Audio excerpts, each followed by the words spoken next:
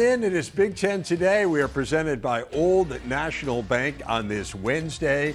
Great to have you with us, Dave Revs and Anthony Herron, and a lot to look forward to in this final weekend in our wild and wonderful and occasionally off-the-hook sport of college football. Right. There are certainly some assumptions that folks would make about what we're going to be in for this weekend in the Big Ten Championship game, but I make no assumptions myself. I do know this. The awards we're heading out today, man, there's some guys who played some exceptional football in the conference this season. Yes, absolutely, and we will get to those in just a moment, but want to welcome in Pat Forty, who joins us from Louisville. And Pat, you are back, of course, from Ann Arbor after watching Ohio State and Michigan. Takeaways from what you saw. Great game. Outstanding. Very intense atmosphere as we expected. Michigan rose to the occasion. Sharon Moore rose to the occasion. And now I can't wait to get to Indy to see him against Iowa and see if Iowa can shock the world on Saturday. Well, we'll get into that game, get into the teams in a bit. But as Anthony alluded to, the top of the show is devoted to individuals. It's the second day of our All Big Ten picks. We're focusing in on the offense today. That is our big story. So let's dive right into it. And we will get started with the first team offense. Now, 9 players made both the coaches and media first teams. They include 5 Michigan Wolverines: QB J.J. McCarthy, running back Blake Corum, as well as offensive linemen Ladarius Henderson, Zach Zinner, and Drake Nugent.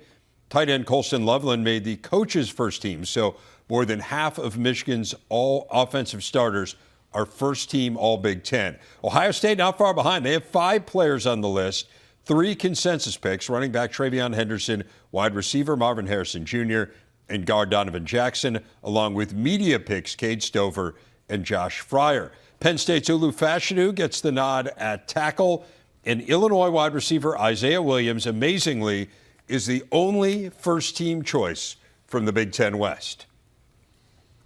The Graham George Offensive Player of the Year and Richter Howard Receiver of the Year is Ohio State's Marvin Harrison Jr. Harrison was the Buckeyes' first-ever unanimous All-American wide receiver last year, followed it up with a season every bit as good. He's the Big Ten leader in receiving yards per game and touchdown catches. His 15 career 100-yard receiving games are a school record. 8 came this season. The preseason Offensive Player of the Year ended up bringing home the hardware. The 6th straight year it has been won by a Buckeye. Let's look at the rest of the individual award winners. Michigan's J.J. McCarthy, the Greasy Breeze Quarterback of the Year. He's second in the nation in completion percentage. Fellow Wolverine Blake Corum named the Amici Dane Running Back of the Year. He leads the nation in rushing touchdowns, a school record 22 on the year and counting. Ohio State's Cade Stover captures the award as the Qualla Clark Tight End of the Year, 41 catches, most at that position in the Big Ten. Penn State's Olu Fashanu, the Remington Pace Offensive Lineman of the Year, considered by many as the top offensive lineman in the upcoming NFL Draft. And Purdue's Dylan Thieneman, the Thompson Randall L. Freshman of the Year, tied for the Big Ten lead with 6 interceptions. Let's dive into a few of these choices. And Pat, I want to start with you in the Offensive Player of the Year. And as I mentioned, this is a situation with Marvin Harrison where the preseason Offensive Player of the Year came through and actually won the award, although I think it's fair to say we weren't exactly splitting the atom to predict that this might happen, but still a marvelous year for Marv. Absolutely. I mean, the clear choice there, I think, and certainly I think when you get to the NFL Draft, going to be the top non-quarterback off the board. Just an extraordinary talent, great work ethic, has honed his craft since he arrived at Ohio State and just gotten better at the fine details of being a receiver. He's a big game player. He's a difficult playmaker. He makes difficult plays look easy. So there's really nothing not to love about Marvin Harrison and his career at Ohio State. He's the clear choice for the Offensive Player of the Year in that league. And to your point about him improving every season, Pat, I mean, the way his game is more and more refined every year that he's been in Columbus, because, of course, the lineage is there, and his dad wasn't shy about making sure that he had his name. When you got a Pro Football Hall of Famer as a father, that is so much to live up to. But Marvin Harrison Jr. has done just that, and the work ethic, just like what we saw passed down from his dad. That's what's impressed everyone in Columbus, even more than the playmaking ability. And when you put that type of effort into your craft, it's how. With all these God-given abilities that he has, and when he burst onto the scene in the Rose Bowl with sort of, being able to moss people and make those contested grabs, like, oh, yeah, he's got this big frame. He can do that. But then every year there was something else that his game became more exceptional in. This year it was the run after catch. And so now the highlights aren't only just going up over the top of defenders' heads. Now it's when he catches the football. Can you tackle him? Can you pin him in? Can you rein him in? And the answer more often than not has been no. Did you just use Moss as a verb? Oh, yeah. Is it Randy Moss? That's the guy. That's the one. He just does it to people over and over again. I don't think I've ever heard that as a verb. I mean, and Is that in common parlance? He didn't Marvin people. He didn't Marvin people. His dad wasn't necessarily the big-time contested catch player, but Randy Moss got it known for it. Yeah, well, I mean, he was a phenomenal wide receiver. I just didn't know that it was an actual verb. I think the big thing that stands out to you when you talk to people who are around Marvin Harrison Jr. is how much the team matters to him and how he is really not about individual accolades like this, what he just wants to win. And that really speaks volumes about a young person. Again, incredibly deserving. He will join us a little bit later in the show, as will J.J. McCarthy, the quarterback of the year. I have to say, Pat, I don't think this was much of a discussion at all. And part of that is due to the fact, I don't think there was great quarterback play in the Big Ten this year. There was certainly some very good quarterback play. J.J. was great, though, and he would have won it in just about any year. He was that good. He's a guy who was in the Heisman conversation for much of the year and certainly a really deserving winner of this award. Absolutely. Yeah, let's be honest. There was not a lot of competition within the league this year. But to your point, he had a season that would stack up with the best of them that anybody's had at Michigan and a lot of other schools, too. So outstanding leadership qualities, a winner, and then a heck of a thrower and runner. And the plays that he made with the game really kind of in the balance on Saturday against Ohio State. So a couple of the throws he made into traffic were incredible. And then also just some plays on the move, which is that X factor that he brings where he can get out of the pocket and break down a defense. If you saw, after the game, I was in the tunnel there at Michigan Stadium, and he was greeting every Michigan player that came off the field. Hugs, pounding them on the shoulder pads. He wanted to share this with the whole team. That was a team victory and a big moment for Michigan, and he was expressing himself as the leader of the team, one of the intangibles that also makes him who he is. And, back to the preseason with J.J. McCarthy, there was a lot of praise that his coach Jim Harbaugh was heaping on him that enhanced the pressure, the scrutiny, frankly, but the willingness that Jim Harbaugh had to say some of those things about J.J. McCarthy as a generational player at the quarterback position, a position Jim Harbaugh certainly played at a high level himself at Michigan, is because he knew he could handle it. He knew that the stage wouldn't get too big for him. And some of those improvements that we spoke about from Marvin Harrison Jr., J.J. McCarthy took a very similar approach, was not the starter his freshman season, then as a sophomore took over as a starter. But the offense didn't require nearly as much from J.J. McCarthy last season as it did this year. With the way the offensive line wasn't as dominant. The running game had multiple backs, very talented in Blake Corum and Donovan Edwards, but both injured throughout much of the season. And so the offense had to move through the right arm of J.J. McCarthy for big chunks of this year. And he was able to rise to that occasion. And then some of these critical moments that we saw, even in games where he didn't throw the ball with a lot of volume, to still be as precise as he was. That's the thing that stood out to me as much as anything. He wasn't attempting 50 passes a game and getting it into a rhythm. But when they needed it from J.J. McCarthy, both with his arm and with his legs, he was able to make so many plays for the Wolverines offense in critical moments. The accuracy is, of course, phenomenal, and he's going to go down as the most accurate quarterback in Michigan history, barring some sort of crazy unforeseen circumstances. Of course, there's a question as to whether or not he'll come back next year. Again, we're going to talk to him a little bit later in the show, and certainly we'll ask him a little bit about that. He did have some help, and that was from the running back of the year, Blake Corum. Again, did not put up the staggering numbers that he did a year ago. But, man, when you need a touchdown down in the red zone, it is really nice to have that guy on your side. He is automatic down there, Pat. Yeah, Mr. Short Yardage. And, hey, getting that first one in the end zone to begin the game against Ohio State was awfully big when it looked like they might get stopped after an interception deep in Ohio State territory.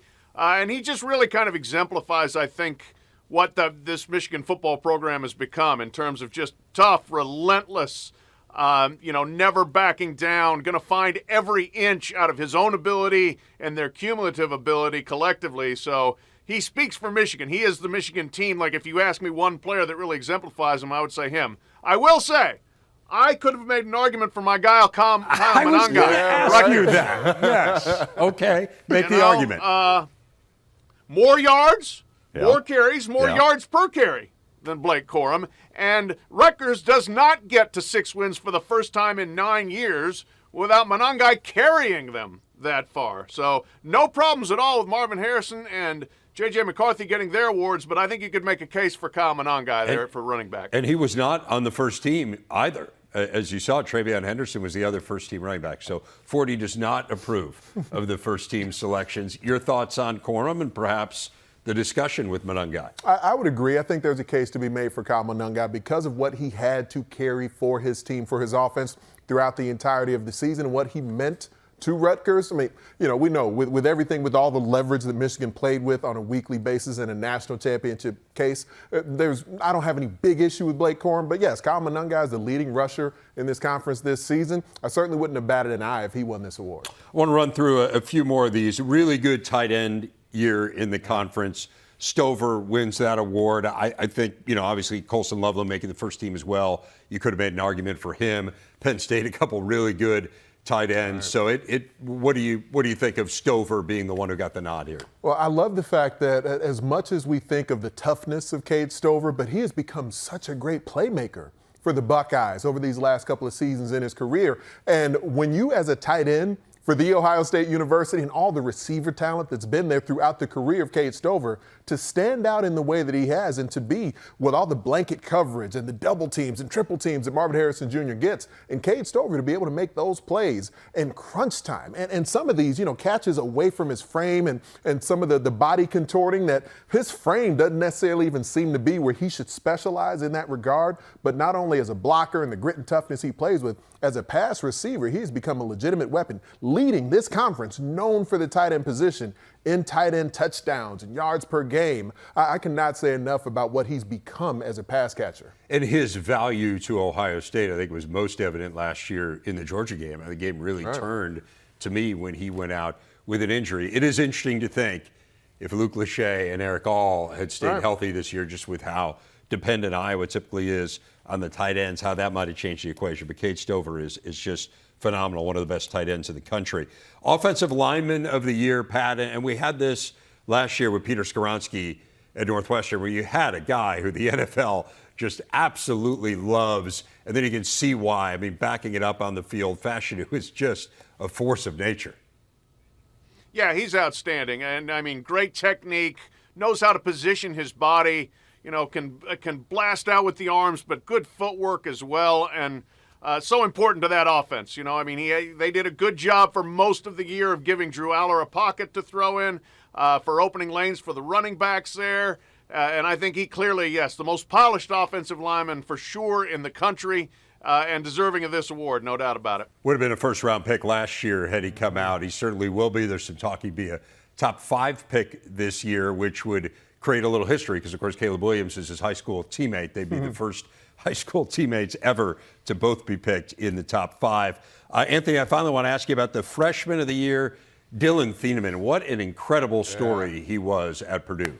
There's a family legacy that's, of course, there in West Lafayette, and just what the Thieneman family has meant to Purdue football and what he does as a true freshman, stepping into a Ryan Walters defense, really from a secondary perspective. There's some complexity to how they operate as well. Yeah, there's plenty of man coverage, but the way that he can disguise is beyond his years. You see the knowledge that he plays the game with. And then when it comes down to it, just the sheer playmaking ability, tracking the ball in flight, going up and getting it. So to tie for the Big Ten lead in interceptions and to be one of the few guys to have over 100 tackles this season as well. As a freshman, you know that Ryan Walters has already spoken highly of what Dylan Thieneman has been as a freshman within his defensive scheme. The sky is the limit for what he can become with that coach in that scheme at that position. 74th ranked safety in the class. Is that all? Okay. Yeah, I'd like to see the other 73 because he is awfully good. Up next, we're going to talk to one of the highest profile award winners, Marvin. Continue. 8 players named second team All Big Ten by both the coaches and the media. They include Talia Tagovailoa, became the all-time leading passer in Big Ten history, excluding the bowl games this past weekend. There is Kyle Monangai, leading the Big Ten in rushing yards, a category where no prior Rutgers player had ever finished in the top 5. Wide receivers, Roman Wilson, Daniel Jackson, as well as you see some of the linemen, Ariante Ursary, Roman Wilson in there as well, Trevor Keegan, Matt Jones, Hunter Norzad. Those named to one of the 2 second teams, Katron Allen, Braylon Allen at running back, Purdue wide receiver Deion Burks, and Michigan tackle Carson Barnhart. We'll be right back. And today, all-conference special, among those highlighting the third-team offense. Ohio State QB Cal McCord, first year as a starter. Will Pauling, third in the Big Ten in catches with 66, after hauling in just 12 passes last year at Cincinnati. A couple Terps receivers, Ty Felton, Jay-Sean Jones. Penn State's Tyler Warren, 7 touchdown catches, most among tight ends, tied for the 4th most overall in the conference. Congratulations to all who earned these impressive honors. Mentioned earlier, Marvin Harrison Jr., the Offensive Player of the Year. You look at his numbers, top 10 in the nation in touchdowns, 100-yard games, yards per catch, receiving yards.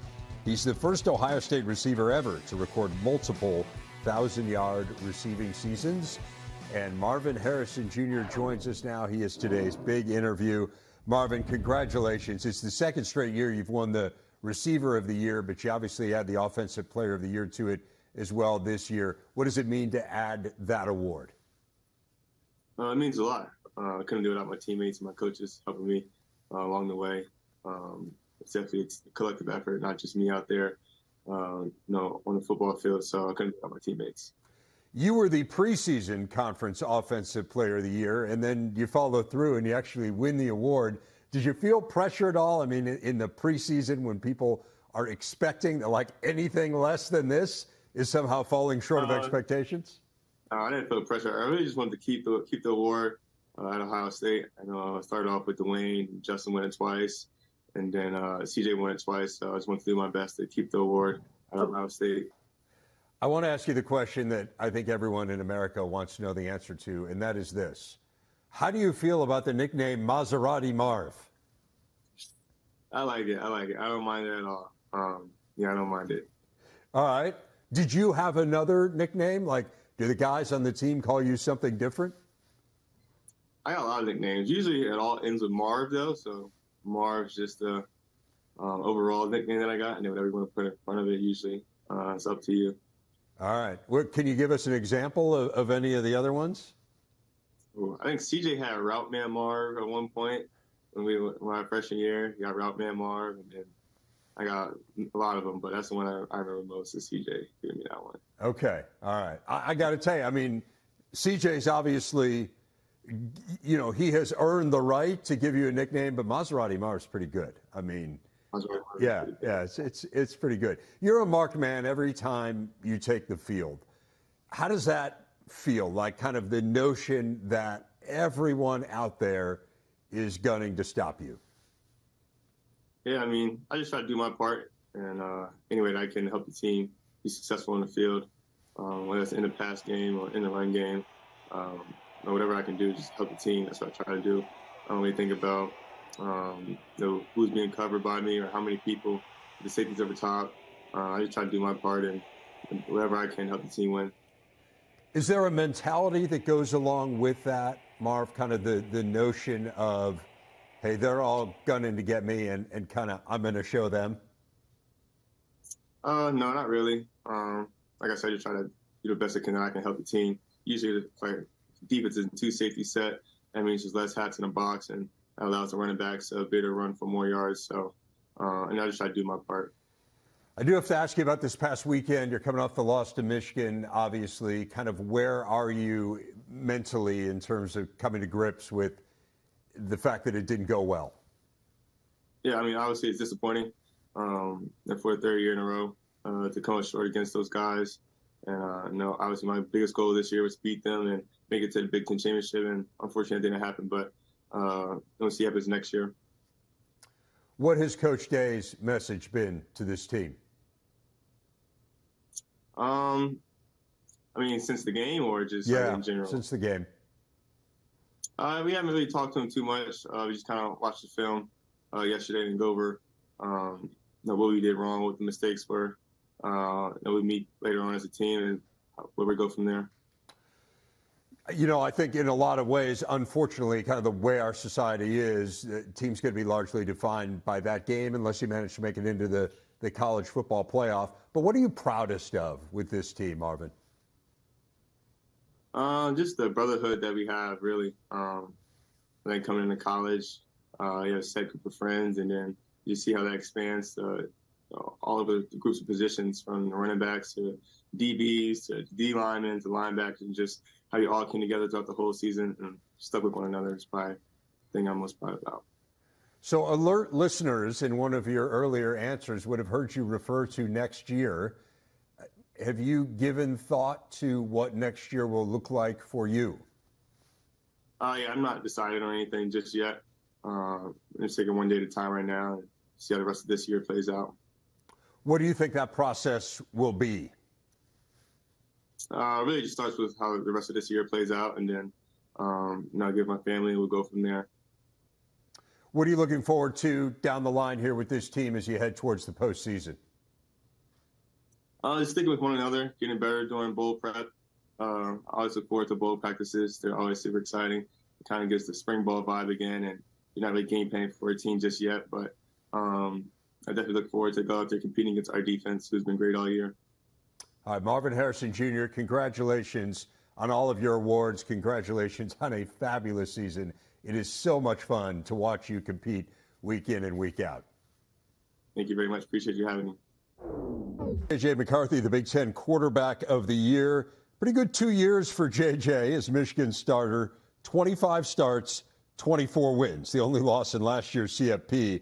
Not only is that the best career win percentage by an active QB in college football with at least 25 starts, it's not even close. Washington's Michael Penix is next up, having lost 7 of his 42 career starts. That includes his time at Indiana. J.J. McCarthy is joining us now. And J.J., congratulations on this award. It is the first time since 2015 it has not been won by Ohio State's quarterback. So how does it feel to be breaking the streak that is held by your arch rivals? First off, thank you so much, Dave. It's a tremendous honor, but all credit goes to my teammates, my coaches, and just, dominating the daily victories and doing it as well on Saturday. Tell me about daily victories. What do you mean by that? It's attacking meetings, it's attacking practice, it's attacking, all the little workouts we do throughout the week, just all the stuff that's making us better and, putting us in the position we are in today. Well, you're in a great position. Obviously, a lot of that has to do with the win over Ohio State on Saturday.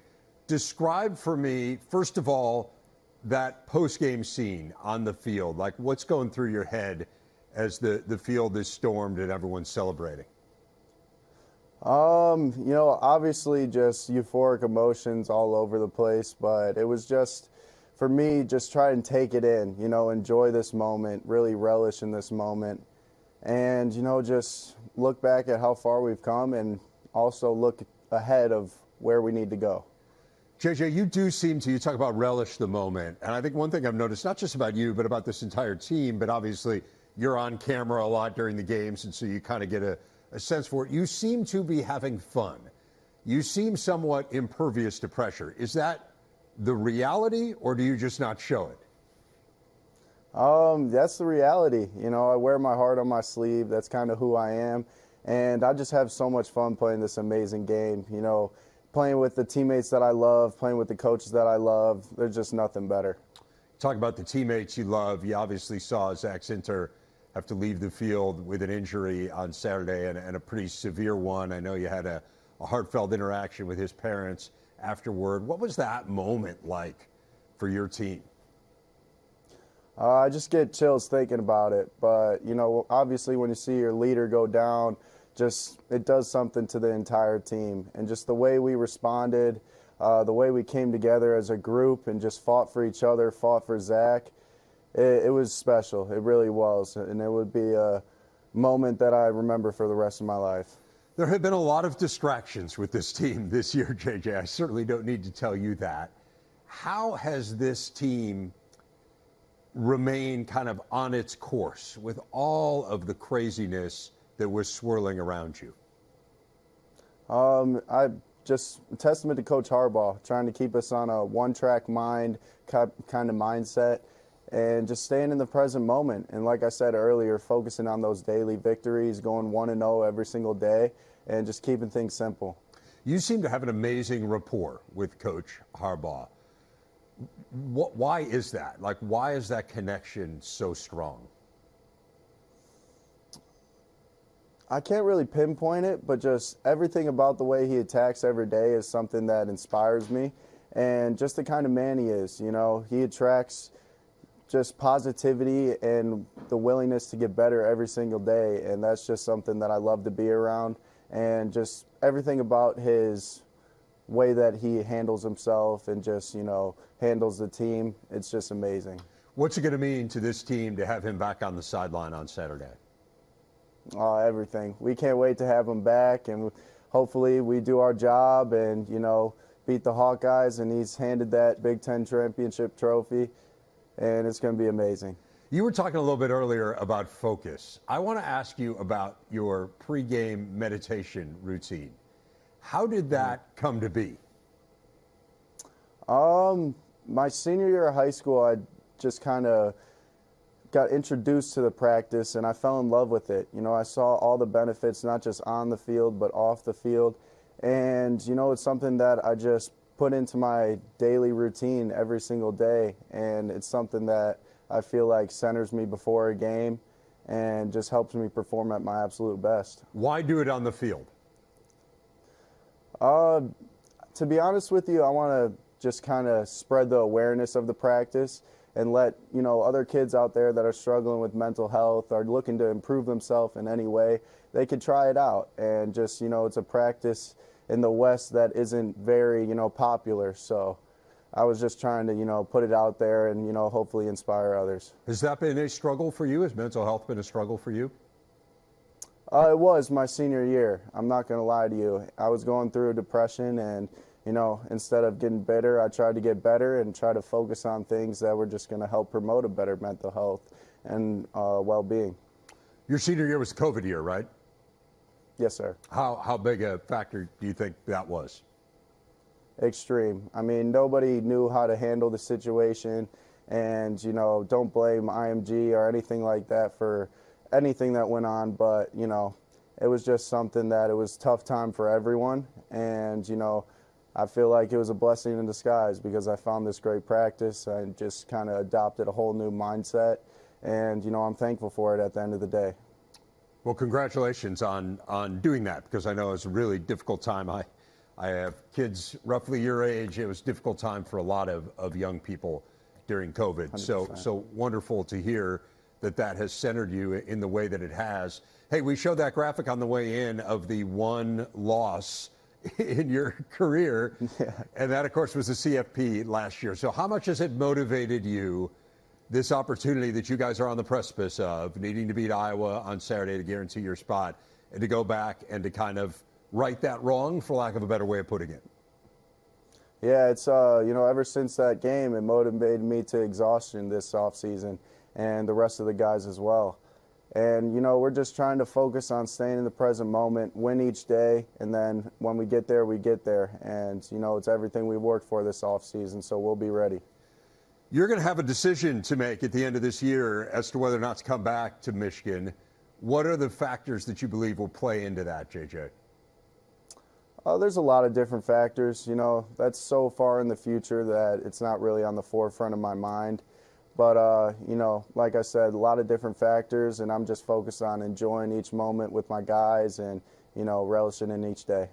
Let's start with the next moment then, taking on Iowa on Saturday. This is an elite defense, as you are certainly aware. What do you see when you watch them on film?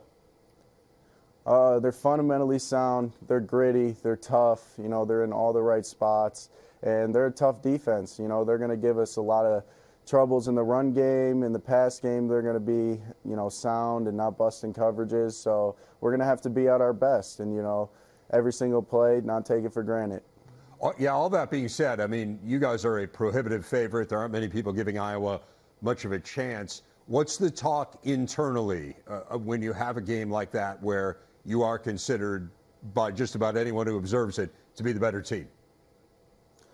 We don't really focus on the outside noise and what their perception is of the other team. We're always going into each week focusing on a championship week.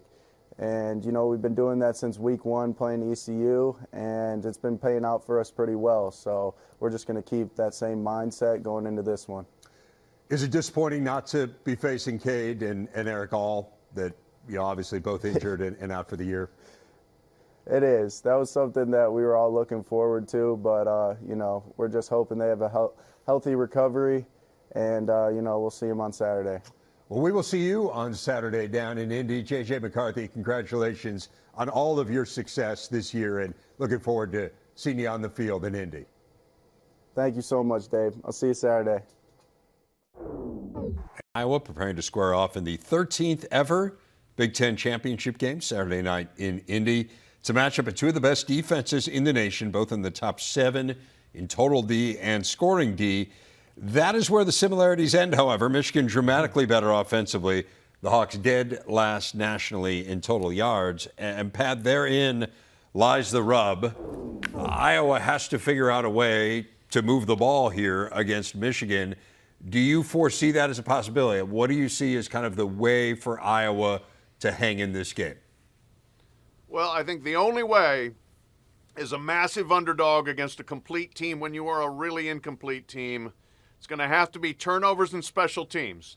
And Michigan is not weak in either of those areas either. So if you can somehow get the ball on the other side of the 50, on Michigan's side of the 50, and start drives there, have short fields, maybe you can conjure up getting enough points onto the board to somehow pull this off. But here's the bad news. Michigan plus 14 turnover margin on the season with only 7 lost turnovers, 2 fumbles, 5 interceptions.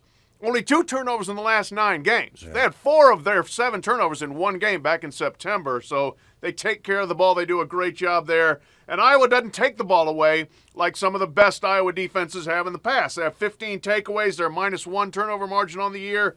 The 15 takeaways is their fewest in the regular season since 2014. Kick returns, maybe?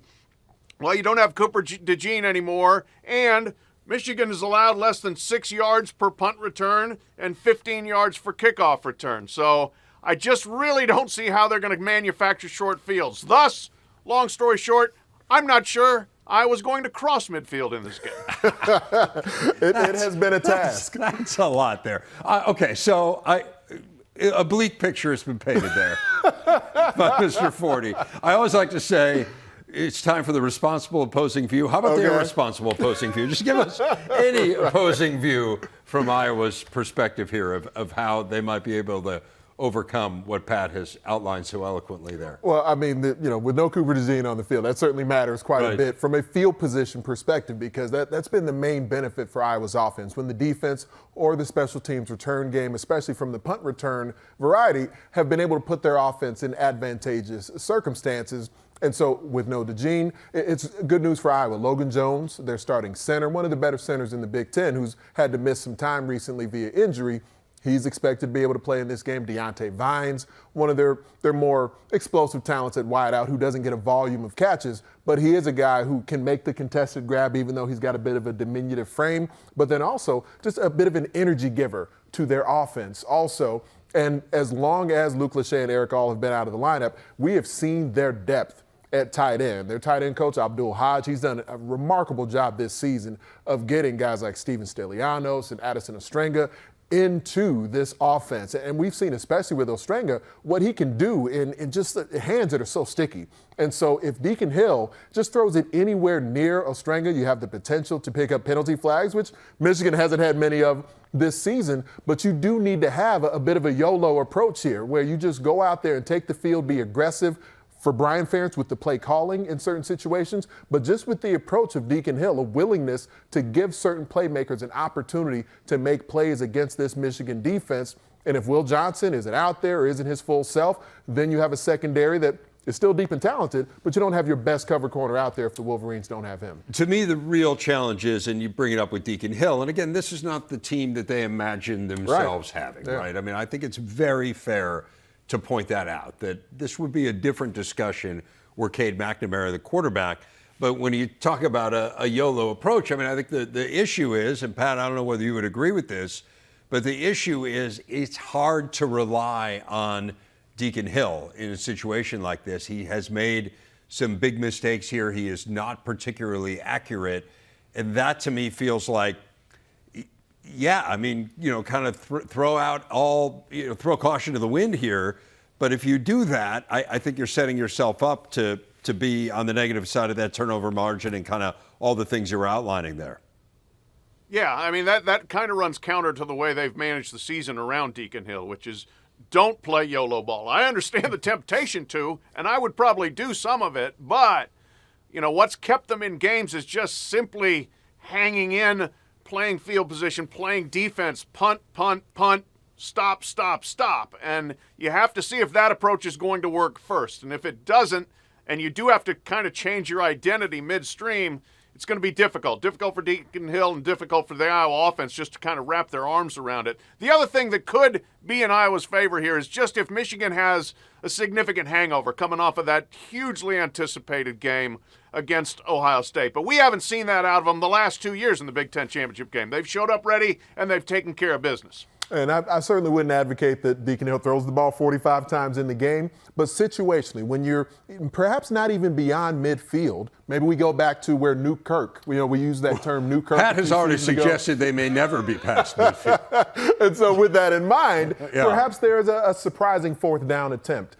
that would be there for the Hawkeyes. And even if it's not 4th and 1 where you can QB sneak your way through behind Logan Jones, but maybe 4th and 2, 4th and 3. Some of those situations where you can be called into some aggression, I think, from the coaching staff, from Kirk and Brian Ferentz, just to try and sustain drives in some situations that you perhaps wouldn't normally expect the Hawkeyes to do so. And then, of course, on defense. And this hasn't been a Michigan ground attack this season that's been nearly as dominant as it was the last couple of years. And so up front, on that defensive line, they have to hit blocks. They have to stymie what the Wolverines do there. And you do have the current reigning quarterback of the year in the Big Ten Conference, so J.J. McCarthy has been exceptional, but keep Michigan one-dimensional. And if the defense can do that, that's where, even without Cooper DeJean on the back end, you do have a secondary that has the potential to make plays there.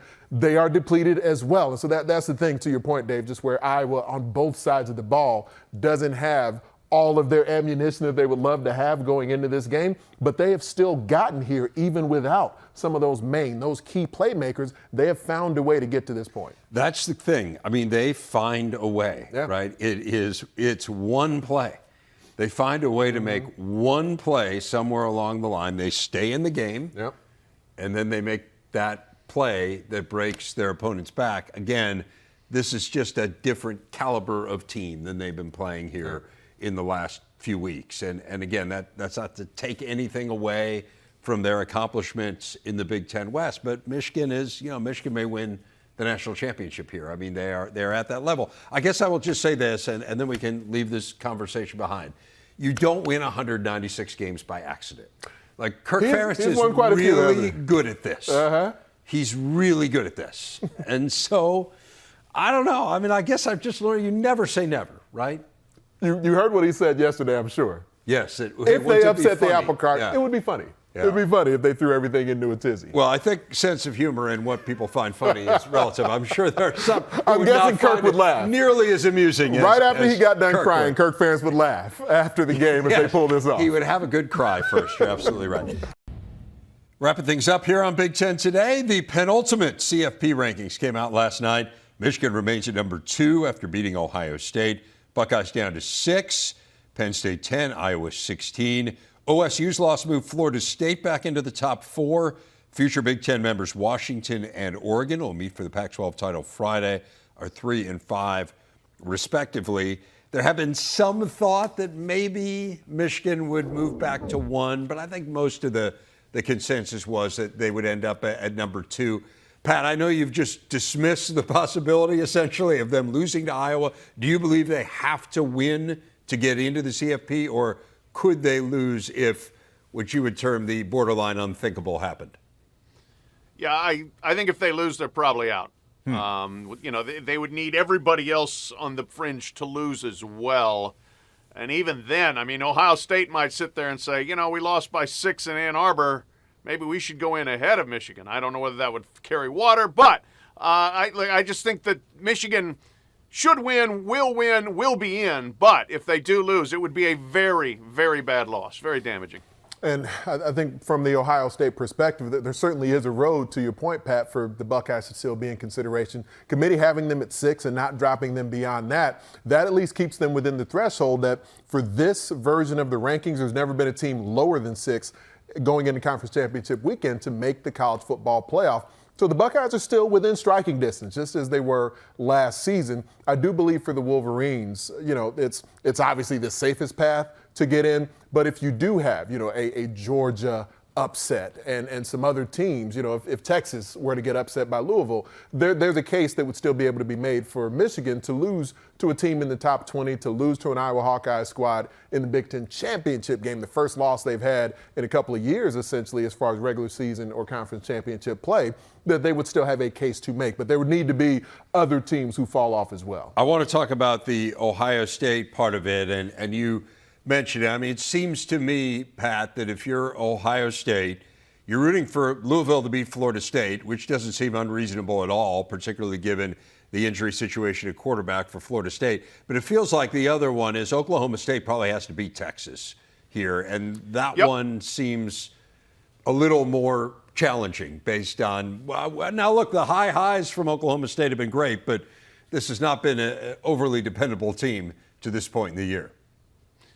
Yeah, no, I think that's a good read of the situation. Ohio State, to me, it was significant that they are 6th and not 8th, but Texas could absolutely jump ahead of them, as could Alabama. So if you're Ohio State, you want Georgia to win, right, and then you're looking for a couple upsets, and the Louisville upset would be a mild upset. 2.5 point, I believe, is the spread right now. Florida State's injured. Louisville plays better. Jeff Brom, as everybody in Big Ten country knows, plays better as an underdog. Yes. Look out for him there. And then Oklahoma State, Mike Gundy's got a little bit of that Brom in him too, where you give him an underdog role and he does his best work. But the inconsistency, I mean, they have laid a couple of absolute eggs this year. Their defense is not very good, and Texas has been awfully consistent. You got to give them credit. They've won a lot of close games, but they've won and put them in themselves in this position. So if you're Ohio State, your rooting interest is pretty clear here. You're probably rooting Georgia, you're rooting Louisville, and you're rooting Oklahoma State. Having the Longhorns be sort of the glass ceiling for the Tide, I think there's a lot of teams who may benefit from that right now because, I don't know, there's a bunch of humans on the committee that I feel like if you didn't have that obvious delineation where Texas has defeated Alabama in Tuscaloosa, that the committee members may just feel that desire to do what we tend to see happen and vault the Tide up there, even with the miraculous 4th and 31 that they needed to pull off the Iron Bowl win. But you have the team who beat them, who still has continued an exceptional season, right above them. So that kind of keeps that little blockade there for the Crimson Tide until further notice. It's an obvious delineation to us. Right? Let's see what happens. They've at least kept it there up until now. Let's see. They have to this point, but, conference champ, who knows? I don't know. Right. Washington and Oregon, it just feels like that game is as simple as the winner's in, Pat? I think so. I do. And you know what? Even if Washington is the loser, they might not be out of it, depending what happens elsewhere. If these two play another classic game like they had in Seattle, and it's a 3-point game at the end, and Oregon wins this time, hey, Washington still had a heck of a season, and they would need some help elsewhere, but they can make an argument. 12-1, both these teams in what's been the deepest league all year. See what happens. With the strength of the Pac-12, to your point this season, Pat, it seems like it would feel odd if there weren't the Pac-12 champion, whether it's undefeated or one loss in the mix. And there's some people who've tried to evaluate this thing and say, well, maybe an undefeated Florida State doesn't get in. I don't think that would be fair to the Noles, but I do think getting Washington ahead of them, I've been talking about that even since before Jordan Travis got hurt, that I felt like you should see the Washington Huskies ahead of the Florida State Seminoles. Now that's more definitive to me. Undefeated Pac-12 champ, hands down, but a one-loss Pac-12 champ. Yes, I agree with Pat, would still have a case. Yeah, again, the Pac-12 100% deserves to be in this thing. Right. I mean, it has been such an entertaining and competitive league this year. I haven't had true craziness all season. A lot of close calls. We'll see. See you tomorrow.